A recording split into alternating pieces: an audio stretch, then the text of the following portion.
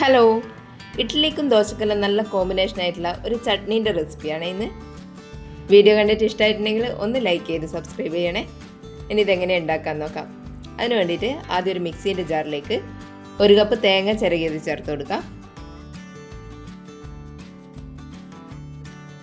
ഇനി ഇതിൻ്റെ അകത്തേക്ക് ഒരു 4-5 ചെറിയുള്ളി ചേർത്ത് കൊടുക്കാം. കൂടെ തന്നെ 2 പച്ചമുളക് ഇതുപോലെ ചെറുതായിട്ട് അരിഞ്ഞിട്ട് ചേർത്ത് കൊടുക്കാം. എരിവ് കൂടുതൽ വേണമെന്നുണ്ടെങ്കിൽ പച്ചമുളകിൻ്റെ എണ്ണം കൂട്ടി കൊടുക്കാം. ഇനി ഇതിൻ്റെ അകത്തേക്ക് ഒരു കഷ്ണം ഇഞ്ചി ഇതുപോലെ ചെറുതായിട്ട് അരിഞ്ഞിട്ട് ചേർത്ത് കൊടുക്കാം. ഇഞ്ചി മുഴുവനായിട്ട് ഇട്ട് കൊടുത്തു കഴിഞ്ഞാൽ അരച്ചെടുക്കാൻ ബുദ്ധിമുട്ടായിരിക്കും, അതുകൊണ്ട് കഷ്ണങ്ങളാക്കിയിട്ട് തന്നെ ഇട്ട് കൊടുക്കാം.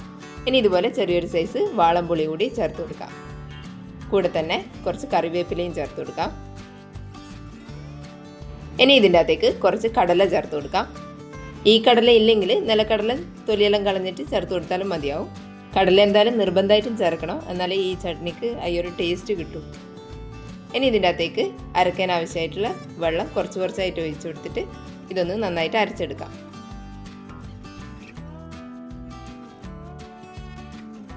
ഇതുപോലെ അരച്ചെടുത്തിട്ടുണ്ട്. കറികൾക്കെല്ലാം അരക്കുന്ന പോലെ അത്ര ഫൈനായിട്ടല്ല, ചെറിയ തരി പോലെ ആയിട്ട് അങ്ങനെയാണ് അരച്ചെടുത്തിട്ടുള്ളത്.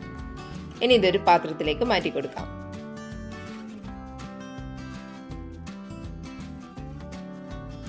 ഇനി മിക്സിൻ്റെ ജാറിലേക്ക് കുറച്ച് വെള്ളം കൂടി ഒഴിച്ചിട്ട് അതുകൂടി ഇതിൻ്റെ അകത്തേക്ക് ചേർത്ത് കൊടുക്കാം.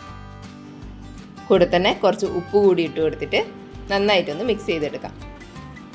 ഇതുപോലെ നന്നായിട്ട് മിക്സ് ചെയ്തെടുത്തതിന് ശേഷം ഇതിൻ്റെ അകത്തേക്ക് താളിച്ചൊഴിക്കാൻ വേണ്ടിയിട്ട് ഒരു പാത്രത്തിൽ കുറച്ച് വെളിച്ചെണ്ണ എടുക്കുക. അത് ചൂടായി വരുമ്പോൾ കുറച്ച് കടുകും കറിവേപ്പിലയും വറ്റൽമുളകും ഇട്ടിട്ട് നന്നായിട്ടൊന്ന് മൂപ്പിച്ചെടുത്തതിന് ശേഷം നമ്മൾ ഉണ്ടാക്കി വെച്ചിട്ടുള്ള അരപ്പിലേക്ക് ചേർത്ത് കൊടുക്കാം.